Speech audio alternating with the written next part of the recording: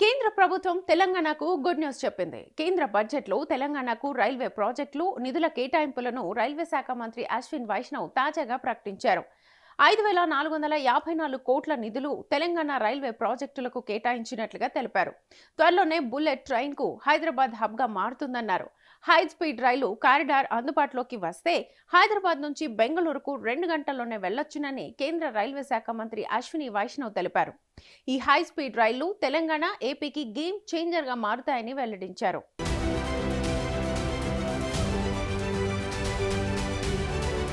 దేశంలో 7 high speed రైలు కారిడార్లను అభివృద్ధి చేయబోతున్నట్లుగా కేంద్రం ప్రకటించిన విషయం తెలిసిందే. ఈ హై స్పీడ్ రైలు కారిడార్ అందుబాటులోకి వస్తే హైదరాబాద్ నుంచి బెంగళూరుకు 2 గంటల్లోనే వెళ్లొచ్చని కేంద్ర రైల్వే శాఖ మంత్రి అశ్విన్ వైష్ణవ్ తెలిపారు. కేంద్ర ఆర్థిక మంత్రి నిర్మలా సీతారామన్ ఆదివారం రోజున లోక్సభలో ప్రవేశపెట్టిన బడ్జెట్ 2026లో 7 కొత్త హై స్పీడ్ రైలు కారిడార్లను ప్రతిపాదించిన సంగతి తెలిసిందే. అందులో ముంబై పూణే, పూణే హైదరాబాద్, హైదరాబాద్ బెంగళూరు, హైదరాబాద్ చెన్నై, చెన్నై బెంగళూరు, ఢిల్లీ వారణాసి, వారణాసి సిలిగురి మార్గాలు ఉన్నాయి. అయితే ఈ 7 కొత్త హై స్పీడ్ రైలు కారిడార్లు ప్రధాన నగరాల మధ్య ప్రయాణ సమయాన్ని ఎలా గణనీయంగా తగ్గిస్తాయో కేంద్ర రైల్వే శాఖ మంత్రి అశ్విని వైష్ణవ్ వివరించారు. సోమవారం అశ్విని వైష్ణవ్ ఢిల్లీ నుంచి మీడియాతో మాట్లాడారు.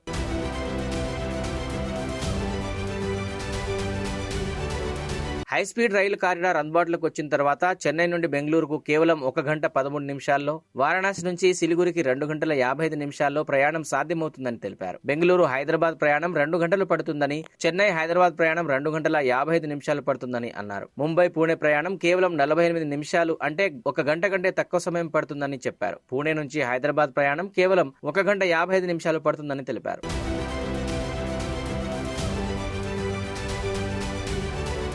దేశంలో 7 కొత్త హై స్పీడ్ కారిడార్లు ప్రకటించారని, ఇది దక్షిణ భారత రాష్ట్రాలైన కర్ణాటక, తెలంగాణ, ఆంధ్రప్రదేశ్, తమిళనాడు, కేరళ, కేంద్రపాలిత ప్రాంతం పుదుచ్చేరి ఆర్థిక వ్యవస్థకు పెద్ద ప్రోత్సాహకాన్నిస్తుందని అన్నారు. హై స్పీడ్ రైలు గంటకు 350 కిలోమీటర్ల వేగంతో ప్రయాణిస్తుందని అశ్విన్ వైష్ణవ్ వెల్లడించారు.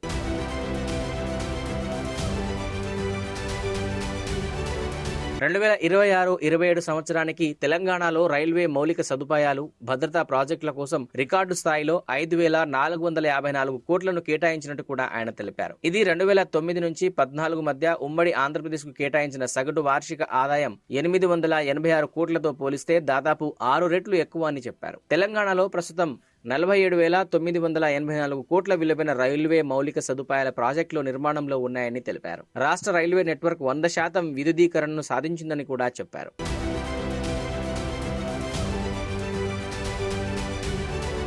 అమృత్ స్టేషన్ పథకం కింద తెలంగాణలోని 40 రైల్వే స్టేషన్లలో 2015 కోట్లతో సమగ్ర పునరాభివృద్ధి పనులు చేపట్టినట్టుగా వివరించారు. ఇప్పటికే బేగంపేట్, కరీంనగర్, వరంగల్, శ్రీ బాల బ్రహ్మేశ్వర, జోగులాంబ స్టేషన్లలో పునరాభివృద్ధి పనులు విజయవంతంగా పూర్తయ్యాయని తెలిపారు. ఇతర ఎంపిక చేసిన స్టేషన్లలో కూడా పునరాభివృద్ధి పనులు వేగంగా సాగుతున్నాయని చెప్పారు. అమృత్ స్టేషన్ పథకం కింద అప్గ్రేడ్ చేసిన రైల్వే స్టేషన్లు ప్రయాణికులకు మెరుగైన మౌలిక సదుపాయాలను అందిస్తున్నాయని అశ్విని వైష్ణవ్ తెలిపారు.